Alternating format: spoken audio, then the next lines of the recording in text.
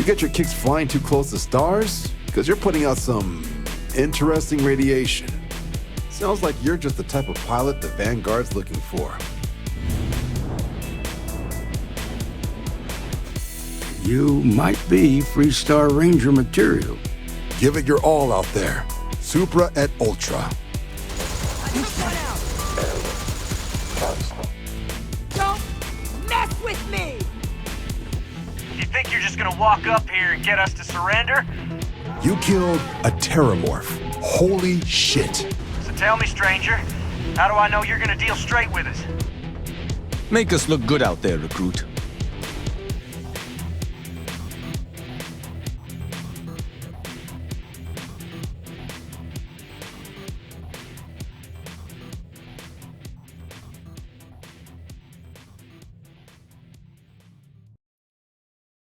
Welcome back, everybody, to a Starfield Report podcast. I'm your host, Kenny Smyson, and with me, as always, is Jax.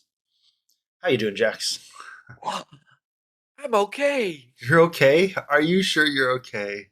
Yes, don't worry. I've had my shots. You've had both your shots. Okay, awesome. So you're Jax. Is Starfield dead? Is it dead? I can see a body in the corner. Nope. Look, No, it's twitching. no, it's twitching. Yeah. It still Oh, plays man. on my machine. I mean, It does? Does it still play on your machine? can you imagine? And are there people that really love the game like us that still play it? And lots of fans out there that still play it? So, what are we doing here today? Well, we weren't going to record today. We were going to have a day off the podcast. Yeah, 'Cause we're going to do mission 1 of the Freestar Rangers quest line next week. world-ending news Yeah. has prompted an emergency meeting of the report. Yeah. And I didn't get much sleep last night because I Me was too. I was worried to death. It was awful. well, in my case, I was at my brother-in-law's watching the fight, which kind of Oh, okay. that sucked. Did you hear? Yeah. Who was fighting? Conor McGregor was the main card or the title, Oh, so was it and Max Holloway MMA? MMA fight. Well, Yeah, that was so pretty quick after the White House fight. I sat around last night and watched the White House fights, the Well, there's- 250 fights. there's usually, I mean, at least once a month a new UFC fight once a month, sometimes twice. But no, in this case, it was Conor's first fight in years because he was Was it supposed since to. he got his leg broke? Since he broke his leg? Yeah, well, I don't know if it was Was no, it was his toe, I think. Money Mayweather, Floyd Money Mayweather. Was that right? I can't remember. I'm a little brain dead. I'm pretty sure that was who he was fighting, and he kicked the dude. He gave the dude like a shin to the thigh or a shin to the shin, and oh my god! I remember watching it live. I was like, Yeah, oh. I don't know. I've only recently started getting MMA a little bit more. But yeah, it was So I was up late, and the fight did not end too well because within 20 seconds, Conor was done. He tweaked his knee. Was he all gassed out or what? No, he tweaked his knee. It looked like it might be in like an ACL injury. Like he went for this opening flying roundhouse kick thing, and when he came down on his right leg, you can see the way his leg buckled.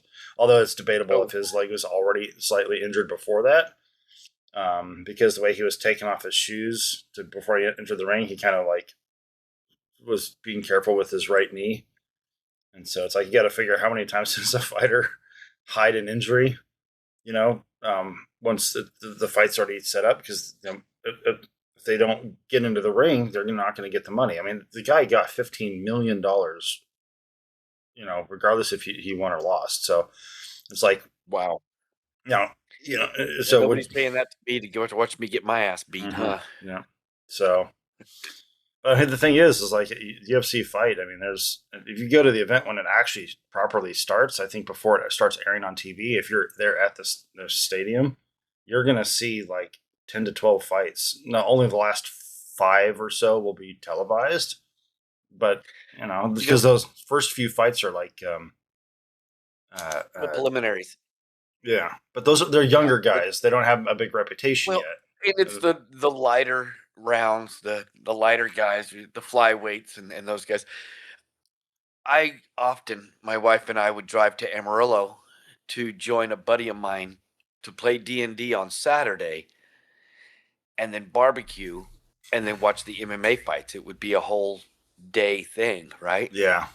And we would play D&D from like 8 in the morning till like 2 or 3 in the afternoon. Yeah. Then we'd start the barbecue and he would turn on the fights. And about 4 or 5 o'clock, we would start watching the preliminary fights. And you're right. People don't realize that it's a whole day event. If you pay the pay-per-view, you can it starts like way early. It's like 4 hours of fights. Oh yeah, yeah. So earlier this week, a memo was put out from Bethesda from what's her name, Asha Sharma, Asha the Sharma new from CEO of Xbox. Yep, and now there's like hundreds of layoffs across all Bethesda related studios, including ZeniMax and of course, which of course owns Bethesda. All I gotta say is, haters can't make up their mind. They can't, Well, because they hate on it for all the layoffs and all the, oh, you're negatively impacting the game and all that. But then they hate on the game for the way it is. But then, oh man, lack of critical thinking. Some of these gamers need to get out of their basements, touch some freaking grass. Swear to God. right. Go camping. I go camping. I have a life outside of this. Just partly why we don't record every week. It'd be fun to record every week, but as far as let's just talk about Starfield first. Okay. Okay. It's a single player game. I played yesterday. There's no. You played awesome. I played. Yep. I played 2 nights ago. I played this morning, as a matter of fact. Had a lightning storm. Okay. The game kept shutting off my game, and then it wouldn't recognize the disc. Oh, by the way, man. I have Starfield disc, Starfield 0. and it goes disc. inside Yeah, the box, and then it plays off the disc, or at least the disc tells the machine that it's okay to play the game. Mm. And when the lightning strikes, and I get a momentary pause of electricity in throughout the house, the system shuts down, then it turns back on, and the Xbox says, "Hey, you need to update and revise your Game Pass subscription to play this game." And I'm like, no, it's in the box. And it says, no, it's not in the box. You need an Xbox. You need a, You just have to Game open Pass. and close the tray to get it to work again. well, turn it off and turn it back on. But Okay. yeah, So basically, what we're saying is, if you own Bethesda's game at Starfield and you like to play Starfield, you can keep playing Starfield. I mean, now PlayStation issues notwithstanding, that's a whole nother podcast. The way PlayStation, compared to where they were 10, 15 years back to now, man, they really shot themselves in the foot. But look, Starfield's here. I love this game. I'm going to keep playing Starfield. Now, I'm not delusional. It's not as good of a game as Skyrim. Skyrim is my favorite game. If I was put on a trip to Mars, I would say you could take one game with you, it'd be Skyrim, with all the mods. I would probably take Starfield second, though I certainly understand that Starfield ranks behind Elder Scrolls and Fallout as far as Bethesda's game. Now, I know where Starfield stands on the quality. My personal preferences, I really like Starfield because the shipbuilding. Right. The shipbuilding is a massive part of the game. I've spent across all my characters, I've spent over 1,000 hours into the game. My main character has almost 500, so half of it, and I would say probably half that time is in the shipbuilder. That's where the game is fun for me. So if you're not a shipbuilder, I can see how the game feels a little flat. The outside of a few handcrafted cities, most everything else is procedurally generated. But there's also a sense of repetition within the randomness that they present. So it's not lost on me why some people just don't like the game, and I acknowledge your guys' take on that if you don't like the game. No, but at the end of the day, if you don't like the game, guess what? Just stop playing it. Stop talking about it. I've bought some games that I thought were When was the horrible. last time you heard me talk about Final Fantasy? I'm Not a trick never. question. No, Just well, I'm going to say never, probably because never, you didn't because I like it, don't play that game. and yeah. So yeah, and so it's so here's the thing though. Yes, okay. If you don't like the game, don't play it. Awesome. Is Skyrim better? Yes, but I like the game. There's a lot of people that like the game. There's a lot of modders that like the game. Skyrim, I think, I, using the machine, it was telling me that Skyrim has around like 70 to 80,000 total mods that have been made throughout its lifetime. Fallout 4 has, I think over a couple 100,000. And Starfield's sitting at around, I think, 12,000. So, granted, way fewer mods, but 12,000 mods is a lot for a game. And that's a lot of content to keep players coming back. And so I'm going to keep playing Starfield up until Elder Scrolls 6 comes out, which is probably going to be the next game they make or they put out, major title, I should say. So, I mean, I don't think Fallout 5 would come out before that. No, but Fallout New Vegas 2 may come out before Starfield. Well, before Elder Scrolls 6. Yeah, we'll get into that later. But yeah, got a lot of stuff going on. Yeah, so as far as all of this stuff, when it comes to just Bethesda and Starfield's still here for us to play. We're still going to be doing our podcast, and even if there's no official new development from Bethesda coming out, all the modders are there. As a podcast, we're going to be supporting the modders. In fact, on my YouTube channel, I'm going to start going into the HAB showrooms for mods specifically. Because up to this point, I've exclusively done vanilla mods. I did all the HABs, right? All your 2x1s and 2x2s and all that. And then when the new the double deckers came out with the Terranor mod, of course I did the stairs and all that, the new cockpit. But it's like, you know what? I've never done any mods, HAB showrooms for mods. And so I'm going to start doing that. I'm going to start off with Stroud Premium Edition mod, which I'll have to do that. I'll do multiple videos for that one. I'll do one that focuses on the stairs and elevators. I'll do one that focuses just on the 2x2s, one that, et cetera, et cetera. And so you're still going to get plenty of Starfield content from us. And so, at the bare minimum, we have sat and discussed only one of 4 factions. Yeah. Meaning we have a ton of content to still cover. Yeah, as far as the quests and all that. For a year and a half now? Yeah, year and a half. Yeah. So yeah, we got another year of this if we want it. Yeah. I mean, but it's, again, this is what I always tell our audience. It's me and Kenny, a couple old dudes talking about a game we love. That's what we're doing here. Mm-hmm. If that's not something you're into, you're welcome to go find another channel. Yep. I would love to have you here. I would love to have your comments. I would love to have you join us and be a part of the conversation. But it's still going to be me and Kenny talking about a game we love.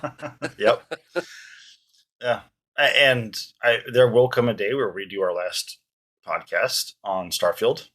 But you know what's going to happen probably after that? We'll probably do like the occasional 2 old dudes talking about a different game that we love. Exactly. Yeah, that's what I was going to say. We're going to our last episode of Starfield Report will probably be the weekend before the next Bethesda game comes out. Obviously, most likely Elder Scrolls. So, yeah. Yeah. Well, hopefully we'll get to do an in-person meetup recording. Have they said officially? I don't think it's been. I think there's been a lot of speculation to this, but I don't think it's officially been said that there is no more Starfield updates, no more Starfield expansions or DLCs. I see what you're saying. Yeah, at that point, it's purely speculation because the way things were worded, they specified the things they're going to be focusing on, and Starfield was not on the list. Yes. Now, you can take that multiple ways. Obviously, the scorched If earth you're way focusing is on mowing your lawn this weekend, does that mean you're not going to do the dishes? exactly that's a good analogy. So, but the scorched earth way to look at it is, yeah, they're completely never going to touch Starfield again, and all of Starfield stuff at Bethesda is gone. Yeah, you can certainly interpret it that way, and it's fair to interpret it that way. You can also interpret it that they're going to keep some basic stuff running while they focus all development, development proper on new games. But they could just as easily leave a small team of people there to work on bugs and to work on Yeah. just kind of staying in touch with the community. Now, and because Starfield sold, well, Starfield had a day one release on Game Pass, which, based on some of the answers the machine was giving me, that resulted in anywhere between a 60 to 80% reduction in sales. Right, I think because I think it sold 5 to 6 million copies, and then it if you factor all of that, all of those other you know Game Pass players that might have bought it, um, and it's tough to say because that data is not that publicly available, but you're still looking at probably like 8, 9 million copies. Would it have cleared 10 million? Probably not. It's the first game in a major franchise, so you're always going to have, you don't have the history of the franchise to bring in the players, right? So, but the game's still there for us to play. Modders are going to keep. I mean, it's a modder's paradise. The game is a complete modder's paradise, because for example Skyrim. There's uh, a heat map for the city of Whiterun. Well, there's a heat map for all of Skyrim, but like specifically when you look at the heat map for Whiterun for mods and where a mod is geographically in the game, modders have used this heat map to say, okay, I built a thing there. Now, a lot of modders have, say, built something in the exact same spot. So you just have to be aware you only can use one of those mods because they're going to conflict with each other. Right. Okay. However, with Starfield, I mean, unless you're building in New Atlantis or Neon or something like that, if you want to make something, you can literally just make your own planet, your own solar system somewhere and build your own thing. The game will procedurally generate the planet. You can build your own exclusive little city. I mean, it's built for modders to be able to To take freely, advantage of all the space, yeah, all the literally area. Yeah. all the space. Yes. Sorry about that, folks. The dad jokes. Yep. So Yeah, and so as far as the modding goes, I mean,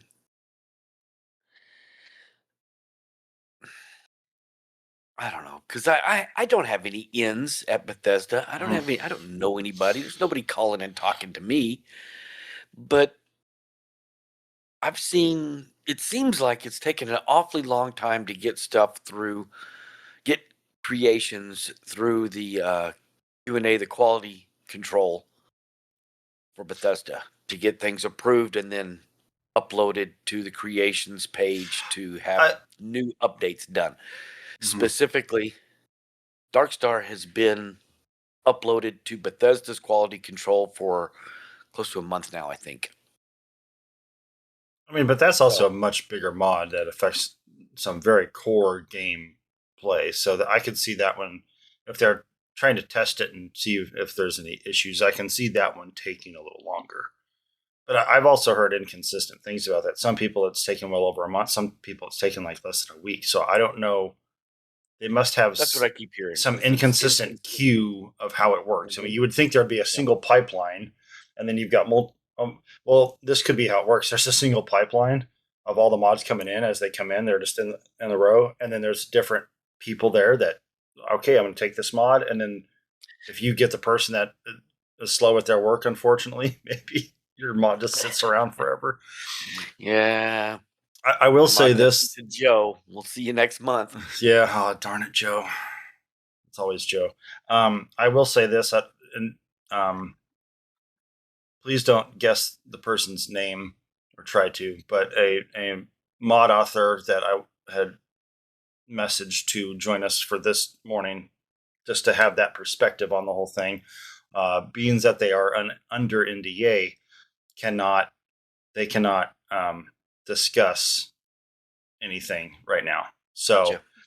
So to an extent, I mean, I interpret that things aren't as bad as they would say, because I mean, if the game was cooked and everything, and shot like at that point, like what? Well, I guess you still probably wouldn't want to say anything because you wouldn't want to get sued. But you know, I guess that's just a data point. You can interpret that how you want, but Sure.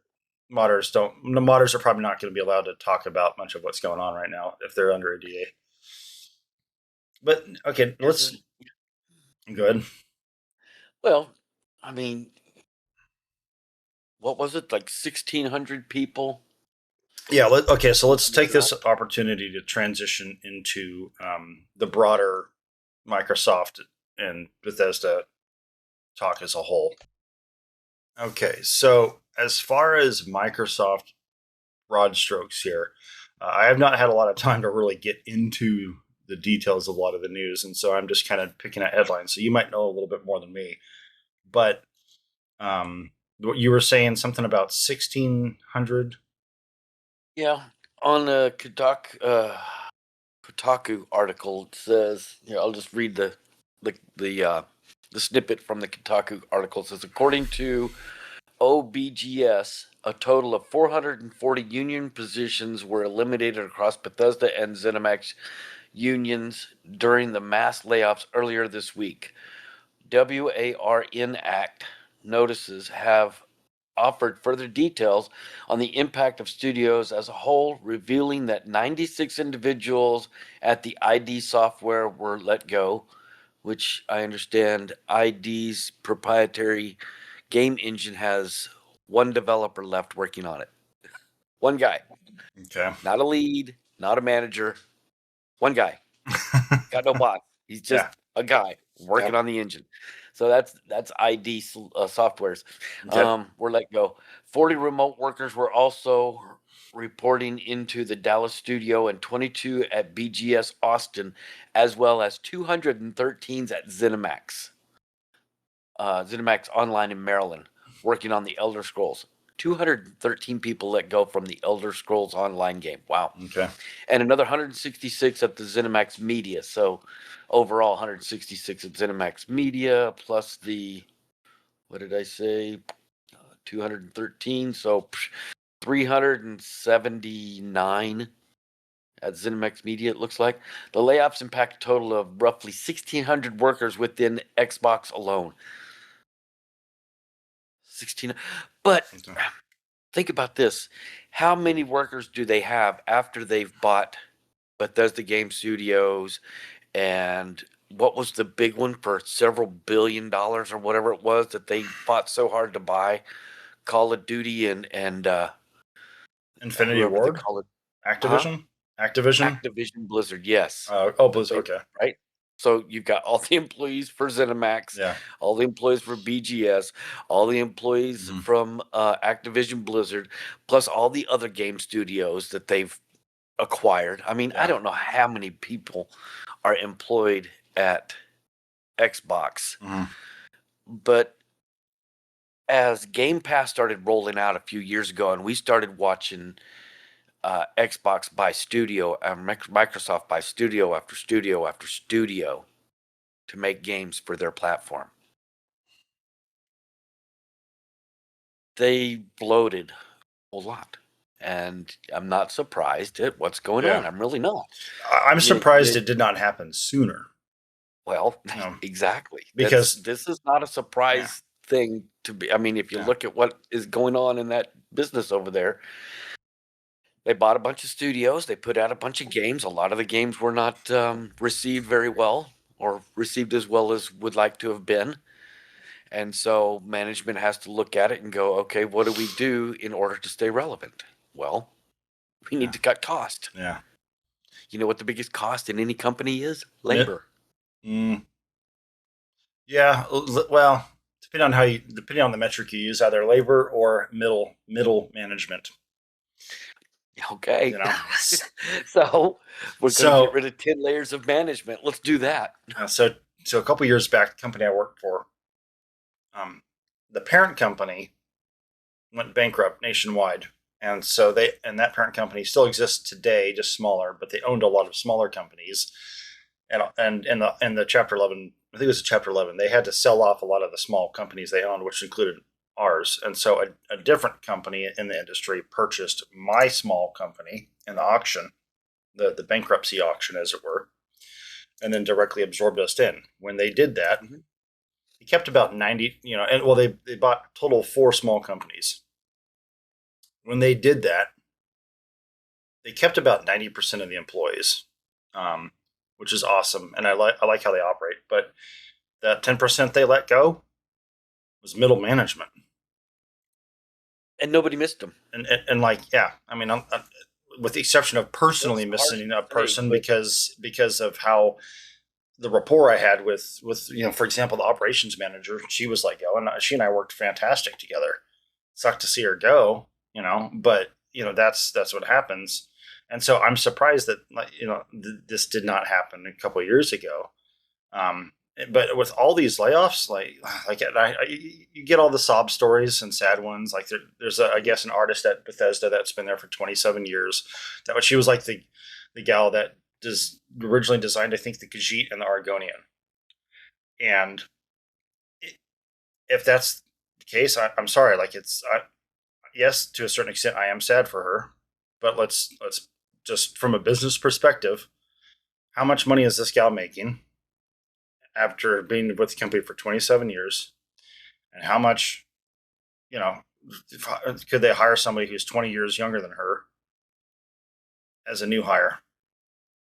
That's the cold fact of business. And I don't know her personally, and so I'm not trying to dig on her personally. She could be a great gal, a hard worker, all that. But let's look at it from this perspective. Okay, she did a great thing 27 years ago, but like everywhere I'm seeing an article shared about her, it talks about that she designed the Argonian Khajiit, but it doesn't talk about anything she's done relevant in the game in the last 10 years across any of the games, to be honest. Right? So like, not trying to person dog her because she's probably wonderful, but it's like it. How do I put it this way? Yes, I'm a Bethesda fanboy, unapologetically, but I will acknowledge some faults the games have, and I will say this: when I look at you can show me a screenshot of a game, and I will be able to tell you if within a pretty high accuracy, is that a Bethesda game? Yes or no? And most of the time I'll say yes, and there's a reason why. Because the character models are a bit dated. Sure, they might look more polished, but there's something about them that just has an uncanny, unauthentic look to them compared to other games. When you look at their character models, you're like, wow, that you can tell it's a video game, but there's something different that looks more modern and current with the technology. And so to a certain extent, if all of these changes Microsoft is making as far as the effect on Bethesda games is it brings in some fresh blood and they overhaul some things and make a better quality game for Elder Scrolls 6, Fallout 5, then I'm all for it. Because we've had the haters. If your cycle time for games is 15 years, there's a problem. Somebody told Asha Sharma, hey, we're going to put you in charge of this portion of our entire company. We want you to go see how to make it better and more profitable. We've been losing 63 cents for every dollar we spend. We're not profitable. We're gushing money out of every seam over there. Go figure it out. Yeah. And she walks in and goes, okay, you're the designer. Who do you talk to get things done? Well, I have to talk to this guy, to this guy, to this guy, to this guy, to this guy, to this guy, to this guy, and then guy has to talk back to this guy, to this guy, to this guy, to this guy, to this guy, to this guy, back to me. Well, that took 2 weeks Mm-hmm. for me to say I want to change the cloak from brown to blue. I'm sure that's not exactly it, but you Yeah. understand my point. Boom, boom, boom, boom, boom, boom, boom. And then Todd says, no, we like brown. Boom, boom, boom, boom, boom, boom, boom, boom, boom. Okay, we'll leave it brown. Nothing changes. It's been a month and now I can continue working. Well, no wonder it's taken 15 freaking years. Mm-hmm. Did you've seen the movie Office Space? Yeah. It's like the guy that, remember where they bring in the pair of guys to like interview everybody at the office to determine who should get cut, and like everybody's just like trying to justify their existence at the company. I mean, Yeah. but I mean that your point you just made is exactly what my point from a little bit earlier. Middle management. I want the creator and the person who authorizes it. All these people in the middle got to go. And like I know that sounds heartless, but I you're work right. for a company that's got 650 shops. Okay. Mm-hmm. So at each location, we're pretty lean as far as employees go. Everybody there is needed. When somebody calls in sick for work, there's a definite hole in the system that Yeah. somebody has to step up and take care of. And that person is missed when they're not there. Okay. Whether it's one technician takes off for vacation or somebody in the office calls in sick, that's a hole missed. But you know what? I couldn't tell you if anybody in corporate was called in sick or took vacation or didn't show up or got fired or Yeah. whatever. Yep. Because they're not doing anything on the ground. And so when you start cutting the fat, you got to look at where the fat is. I mean, Yeah. right? Yeah. Yeah. I'm sure if all those jobs, 4,800 across all of Microsoft, 4,800 jobs. It's a lot of jobs. Yep. Now I'll I be. think you've seen a similar thing, didn't he? When a certain person bought a certain social media company and fired like 90% of the employees, but yet the platform didn't change to speak of. I mean, it did, but on the. Yeah, it did, but it did, but it didn't. You know. But yeah, I mean, Right. your point It did, but it is. didn't. 90% of the employees were gone. If they were actually important, don't you think there would have been a huge upheaval and that company would have completely The app would have stopped been working, and unrecognizable? But yet yeah, it just kept chugging along with only 10% of the people that yeah, made it run. yeah. Yeah. There's a lot of waste. Well, you and I I think both. this is the year of finding out about the waste. Yeah. I mean, between Doge and this stuff and, the luring centers and all of that kind of stuff. I mean, You know, really? yeah, absolutely. And you and I both being connoisseurs of meat, hat tip to, or not hat tip, but respect to my vegetarian and vegan friends. Actually, my father-in-law's vegetarian. He does do a little bit of dairy. Anyways, Jackson and I love steak. Oh, yes. We love meat. And when you get a steak, sometimes you have to trim off the fat. All right. Well, depending on what it is, like a tri-tip. Or what do you call it? That's what we Californians call it. I don't know what you call a tri-tip down there. You call it a tri-tip? Yeah, tri-tip. Okay. Yeah. And you cut the. Well, I learned about tri-tip from my wife, who is from California. Okay. So I don't know. I never knew about tri-tip before. Yeah. But it's delicious. Yeah. When you get a tri-tip untrimmed, you can get a 2-pack of them untrimmed and do the math, do the labor yourself to trim it. But regardless, any kind of meat, you're going to cut fat off, right? If it's, you're going to cut off some muscle. It's part of the process. So of that 4,800 employees, guaranteed there were some people in that probably did not need to go, which is legitimately sad. However, the end result, I think, is going to be some impressive stuff. And a couple years from now, people are going to be eating a plate of crow.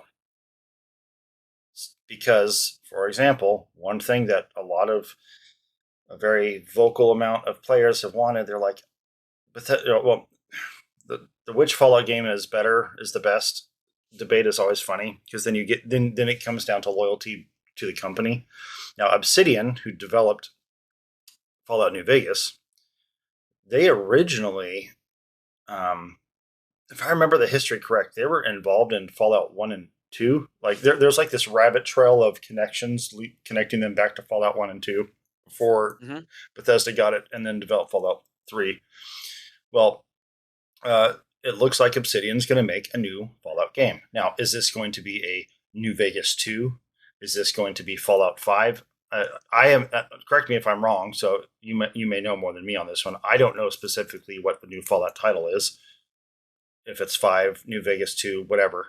But the fact that Obsidian is going to make a new Fallout game, I think is amazing. I don't think it will be Fallout 5. Yeah, I don't think so either. It'll be kind of a spin-off.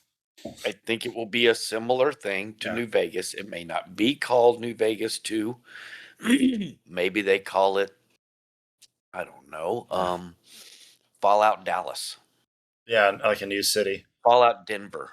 I mean, they could call it New Vegas too, just because, like, you look at the Call of Duty franchise, the way they've titled theirs. You know, they had Call of Duty 4 Modern Warfare, then they had Modern Warfare 2, right? And so then they've had the Black Ops. So the spin-off spin-off ones have had their new. I'm willing to say that that's what it's going to be because I haven't heard. Yeah. I mean, it makes a ton of sense that if the same company that made a spin-off before that was so loved does another spin-off the same way, that they may call it New Vegas 2. But who knows what the Blackboard storyline is. Maybe it has nothing to do with Vegas. Well, I have not. Did you watch? We don't have any idea what's going on. So to say that it's New Vegas 2 doesn't make sense if it's placed in Louisiana. Well, it sucks to admit this as a Fallout or as a Bethesda fanboy. I still have not watched Fallout Season 2. Have you watched Season 2 Fallout? Yes, twice. So don't spoil it for me. I've had a couple things spoiled, but to my understanding, there's a chunk of it takes place in New Vegas, right?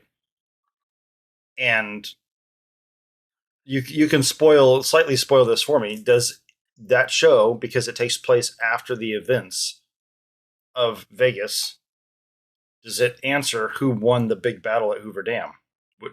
Which faction? Okay, so there's your answer. Whatever the canon is, granted, you would see the two main factions, Kaiser's Legion versus NCR, but also you could side up with the Yes Man. You could also side up with, what was the fourth one? Mr. House.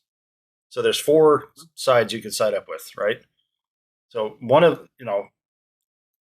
somehow they've established what the canon ending for that is. And now, me as a fan of these games with choices and multiple endings, it literally never hurts my feelings if the next game, the canon is revealed that it wasn't what I chose in the previous game.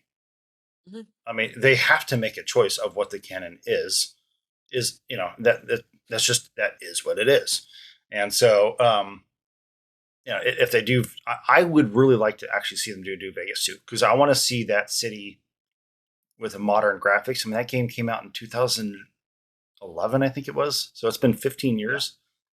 I do want to see New Vegas too, because I want to see that city with current generation and upgrades to the creation engine from Fallout 4 to Starfield. Okay. Which Starfield uses the creation engine 2. And it's reported that the Elder Scrolls is going to use creation engine 3, and Starfield was a building block type of experimental game when they looked at this is the things we want to do with our next Elder Scroll game. Okay, but the technology isn't advanced enough for us to do this. How do we get from here to here? Well, we've got to build a bridge. Starfield has been that bridge. Okay. Okay. They've advanced the creation engine to creation engine 2, figured out a lot of stuff. New technology has come along, smaller, faster, more powerful, right? More computations per second, right? Per millisecond, however you want to measure how fast computers are. And they've figured out how to do different things that they want to do in Elder Scrolls by using Starfield as a test bed. And I'll tell you what, I am happy to be the guinea pig. Mm-hmm. I get to see a lot of cool stuff happening, stuff that was not even imaginable. Yeah. I mean, the lighting and the shadows and how large of spaces there is Mm-hmm. from Fallout 4 to Starfield. When you look just looking at the Yeah. gaming world, Yeah. it's not even measurable. Yeah. And then that's not even going to be measurable to what the next Elder Scrolls game is, Yeah. I'm assuming. Unless the whole thing goes to shit and they just close everything down and we don't get nothing ever again. Which, Who if knows? that happens, guess what? Probably not, but I've got Starfield on my computer and I can play it for the rest of my life if I want. that's right. I've got like 4 different copies of it. I have my original from 2011 Mhm. original Elder Scrolls 5 Skyrim disc. Yep. And I have my original Fallout 4 disc. Yep. And now I have my original Skyrim disc. All of Yeah. these I've bought on disc Yeah. to play. Yep. So should be able to, well, at least with Skyrim, I know for a fact that one is actually the disc is the game. Yeah. So you put that in, and I don't have to have an internet connection. I put that in my Xbox, and like Todd says, it just works. Yep. So I don't want to go down this rabbit hole because there's some stuff I want to refer back to that you just said. But regarding the discs, I could be interpreting this wrong, and so we'll have to clarify that maybe for the next show. But the way Microsoft talked about discs is that you have the disc basically they want to still have a physical disc, but it acts as a license, a license. And so if I'm understanding this correctly, and again, folks, if I'm wrong, please correct me because I'm probably going to look this up. I don't want to spend a lot of time on it right now. But you put the disc, if I buy the game, I put the disc in my machine. The game is mine. It registers it to me. But if I give the disc to you and you put it in your machine, it's now yours. It's not mine anymore. And so when I go, I would not be able to go play it. That's my understanding. I was listening to the Okay. X1 Bros. They're a podcast that I really enjoy. They have a weekly podcast talking about gaming. Excuse me. And that's how they referred to it. They were trying to figure out this whole thing, and that's exactly right. If I have the disc, it might as well just be a piece of paper with ones and zeros on it that says, 1112345992229. Yeah. And because the game is not on the disc itself. They need Jared has this copy. Yeah. This license of the game. That's his. Okay.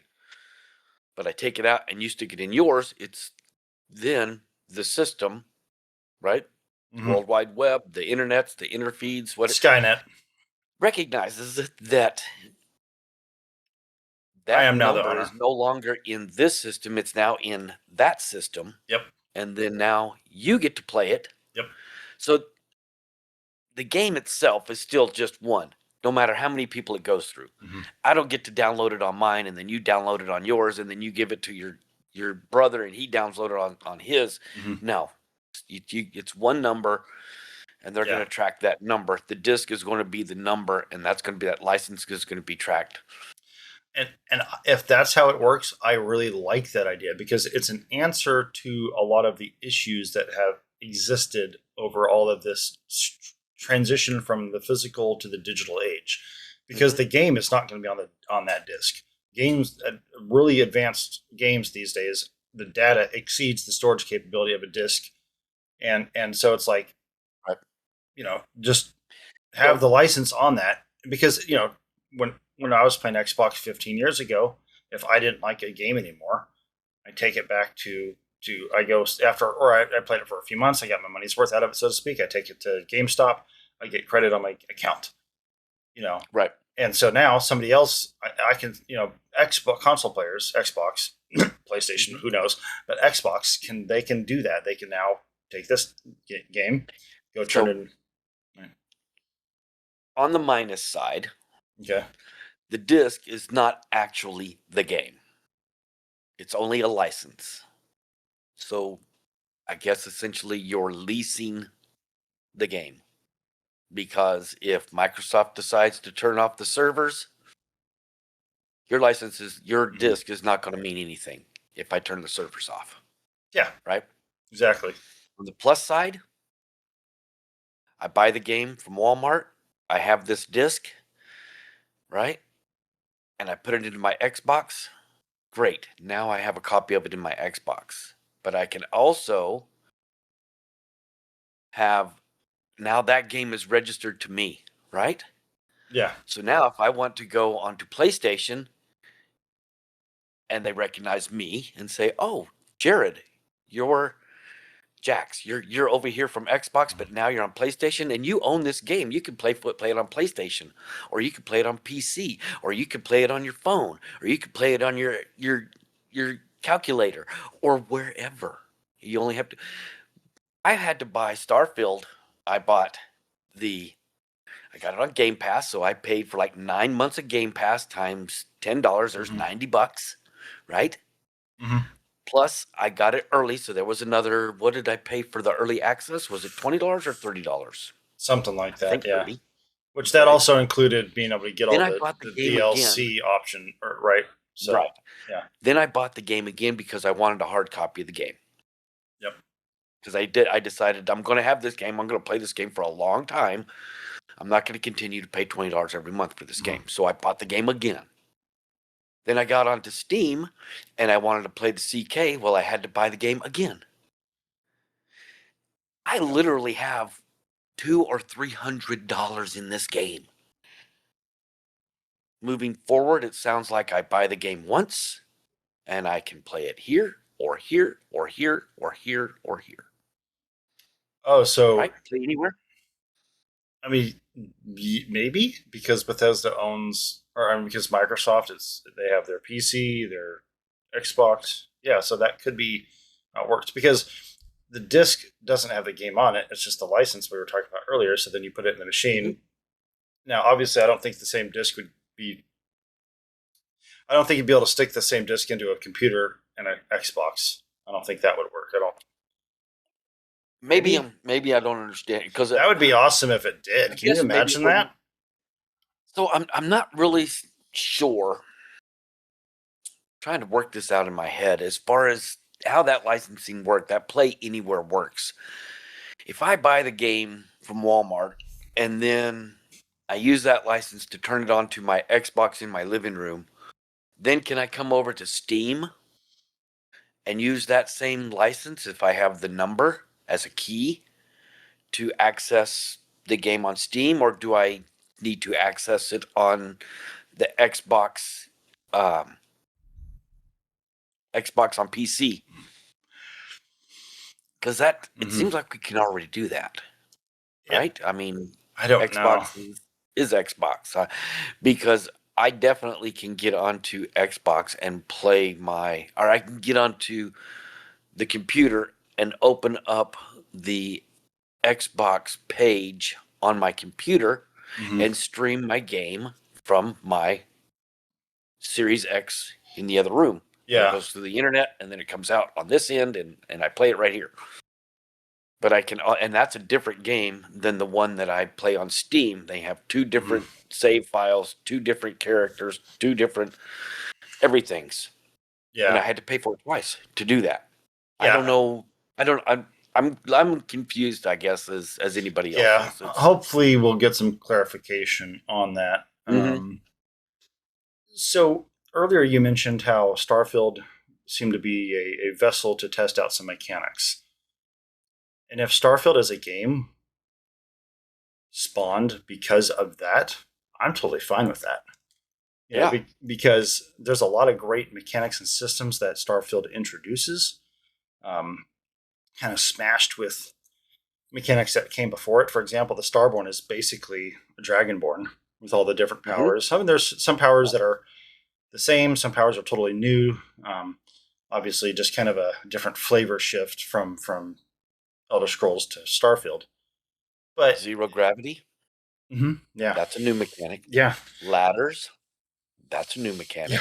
Ladders in oh my gosh, that would change Elder Scrolls games if they actually allow ladders.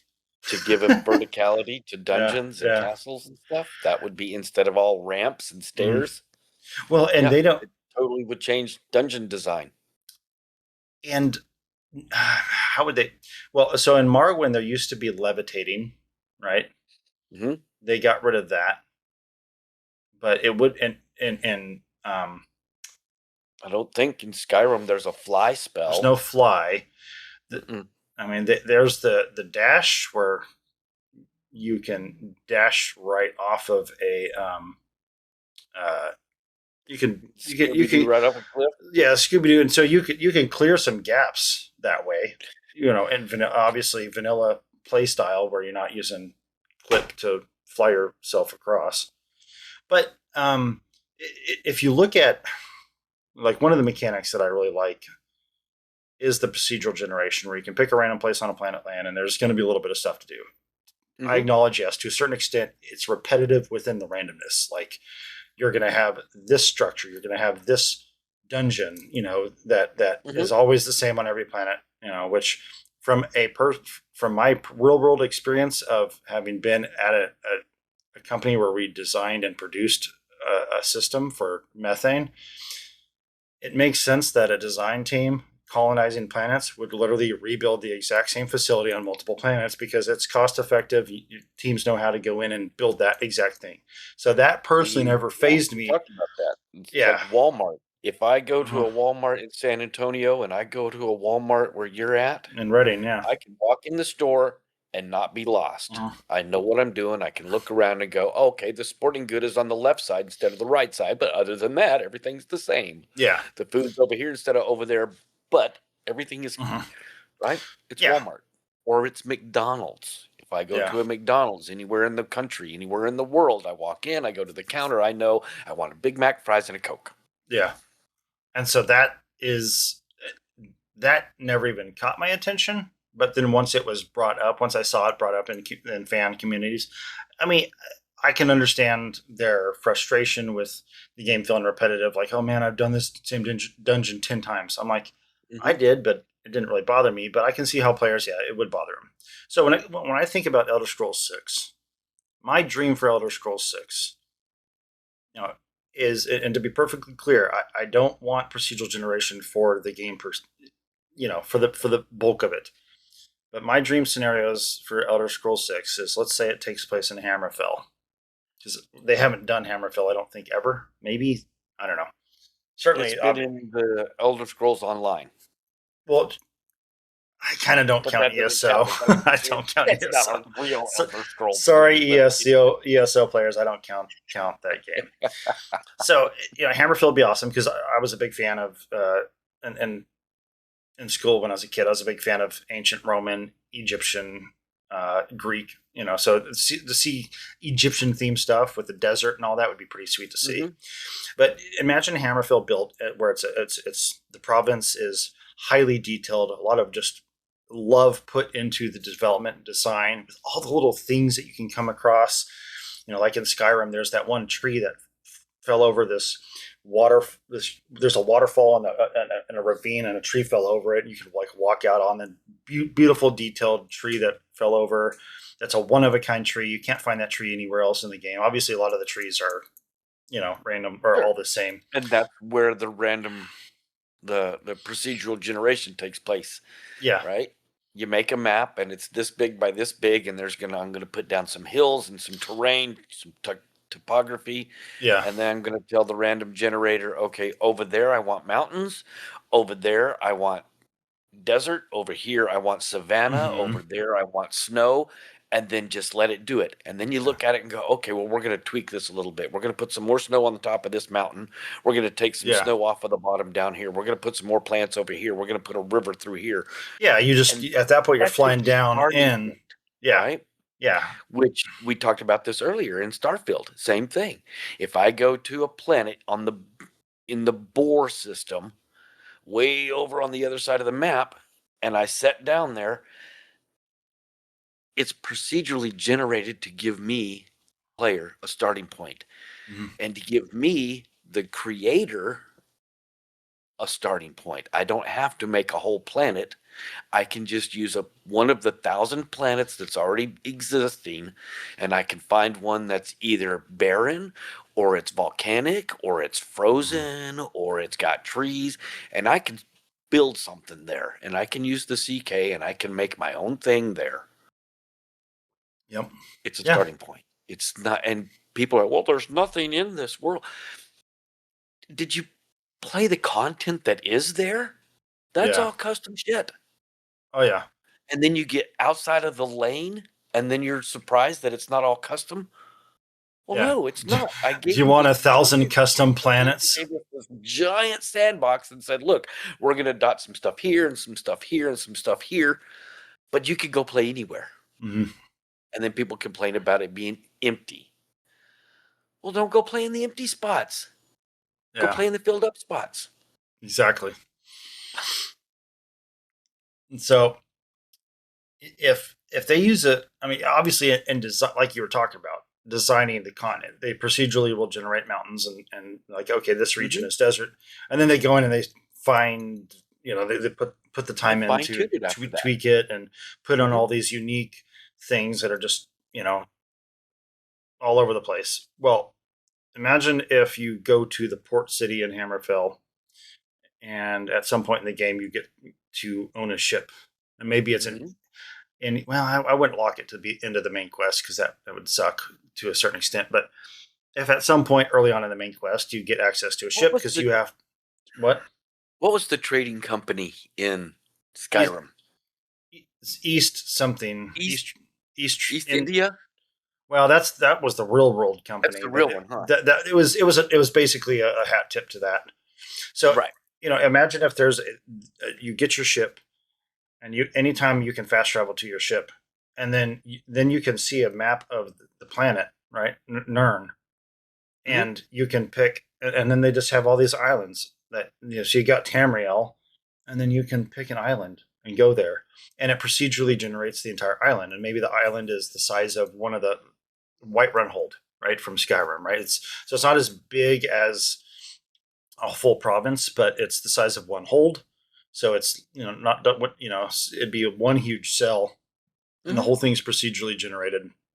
And you have you may or may not have castles or different types of ruins. You might if you're up in the north, you might come across some ancient Dwemer, or what's the undead Draugr ruins, right? Mhm. You go to another place, you might come across Ayleid ruins, like from Oblivion.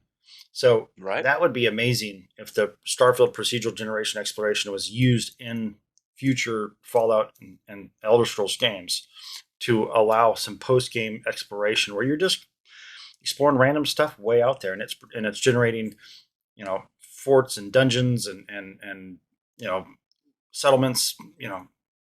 That'd be Yeah. awesome.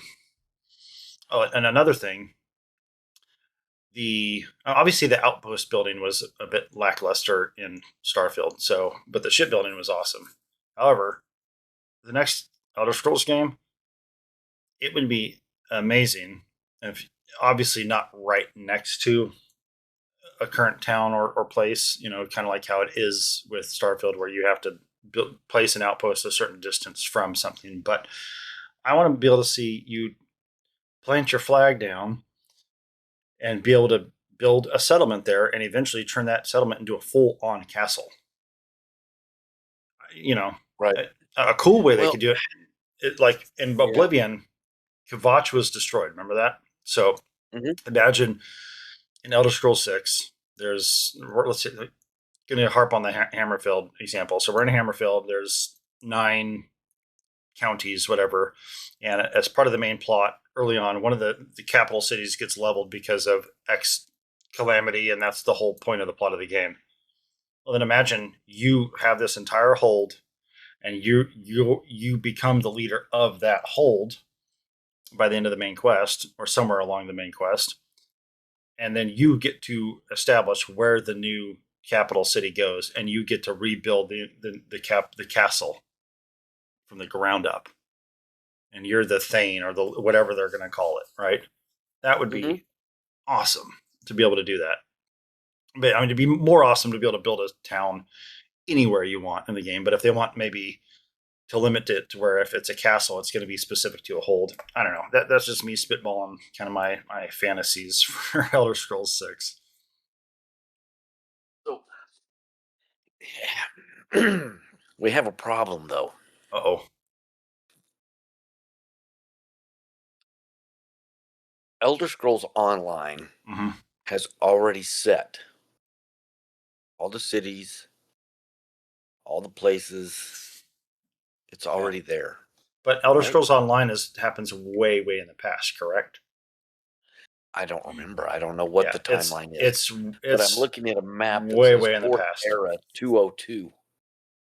Yeah, And I don't know we're third era. when- Oblivion and Skyrim are like third era, so that's literally a couple thousand or 5,000 years before, or something like that. It's a crazy. It's enough time that it's plausible that everything could be completely obliterated and rebuilt. Okay. All right. So, and not for nothing, they can easily just come along and say, "Hey, ESO is not canon." Sorry. I mean, like, I'm not trying to dog on ESO players because, on one hand, I appreciate ESO existing for bringing more people to Elder Scrolls brand. Mm-hmm. I guess, like you were saying, they can, with the difference in timelines, they can say that this city rose and fell between this time and that time. So if they wanted to make something up, but they're going to have general guidelines that they're going to have to go by. There's going to be terrain features that's already going to be canon, unless, like you said, they say, well, ESO Online was not, it was a fiction. It was a dream. Yeah. You woke up and now here's the real world. You know? I mean, it happened so far in the past that I think it could be. I mean, just look at Earth history. There are certain cities that we know existed as a major city for its time, a couple thousand years ago, but it's literally it's a pile of dirt now. That they're just finding. Yeah. Well, I'm referring specifically to ones we knew existed and is now so obliterated you would never even know anything existed there. Or at least it's completely buried under dirt, and so it looks like there was never anything there. What is that one? Topeka Gepli? Topeka. Oh, the South American one? Gepli? Yeah, that was a guy was plowing his field and found a funny stone that looked odd. Started to dig it up and found out there was a lot more. They called out some people from the university and they dug it up even more. 20 years ago, nobody even knew about it, but now that one discovery has changed the timeline of humanity completely. Oh yeah, yep. And we didn't even know it was there. Yeah. So with Elder Scrolls lore, I mean, they can say and do anything they want. They could say it was a dream. I mean, it took place so long ago that ESO could be considered history, but just most of it's changed. I mean, granted, the land you would think wouldn't change much, but we're also dealing with a fantasy universe where you've got Daedra, you've got the Divines. Any reason why the continents could look different than they did 5,000 years ago? Yeah. So, but so you got, the mechanics in Starfield. If those are used, the two main ones would be the procedural generation to be able to go and explore islands just to have more content and allow modders to go bananas. Yeah. For the same reason they can do that in Starfield. If Elder Scrolls 6 has all these random islands out there, now a mod author that's very ambitious can claim and create their own island. It's out there. You can fast travel to it. It's the size of one of the holds. It's all kinds of different topography. They've got access to all the different rune types. You can say it was a settlement you could say the Falmer dug under the ocean and popped up right there. And there's a huge, right? There's all number of reasons why that whole system would be awesome. Flying machine. Yeah. The other mechanic I want to see brought into Elder Scrolls is the Unity. If only because of being able to clear your bugs and kind of refresh, but also maintain your character. And so I don't think I would put it at the end of the main quest, because that would be a bit of a slog to go through the main quest to be able to do something that's like the Unity mechanic. But if it's something, a short side quest that you're introduced to very early on, just like how in Starfield you start the UC Vanguard quest, you get the offshoot to go do this Crimson Fleet quest like right after the first mission. Do something like that where it's like, okay, you've done one mission now. Oh, here's this little thing. Can you go investigate this little thing? And there's a mage there, and then you learn that, oh wow, this portal allows you to go back in time, and you keep your character, you keep With your magic. It's a magic thing. Anything. They can call anything and say there was this wizard that developed this spell, and it gives you dimension doors to move into different realms. And sure. I mean, you let your imagination run wild. I'm excited to see what they're going to do with it. I mean, like we said earlier, from Creation Engine to Creation Engine 2 was such a leap. So from Engine 2 to Engine 3, are we going to see that same kind of iteration? Maybe not as much on the technological side, but maybe that knocks down some of the problems that they're having with save file bloat and item handle bloating up the game and causing stuttering because you've got a save that's, 175 levels old, right? So you've got a ton of save game there. Yeah. Maybe the next iteration of the Creation Engine can handle that better. Yeah, it's able to consolidate and run more efficiently. I'm not a computer tech. I don't know anything about a lot of that stuff. I can understand I could follow along with a conversation, but I sure as hell couldn't lead a conversation on it. Yep. So, all right, well, we're going to have to wrap it up there. But as always, good times talking Starfield and all this drama in the atmosphere. I love it. Yeah. Well, my buddy Billy Joel said this one time. He says, "Next phase, new wave, dance craze. Anyways, it's still rock and roll to me." So. Yep. Doesn't matter what it is. Yep. Still.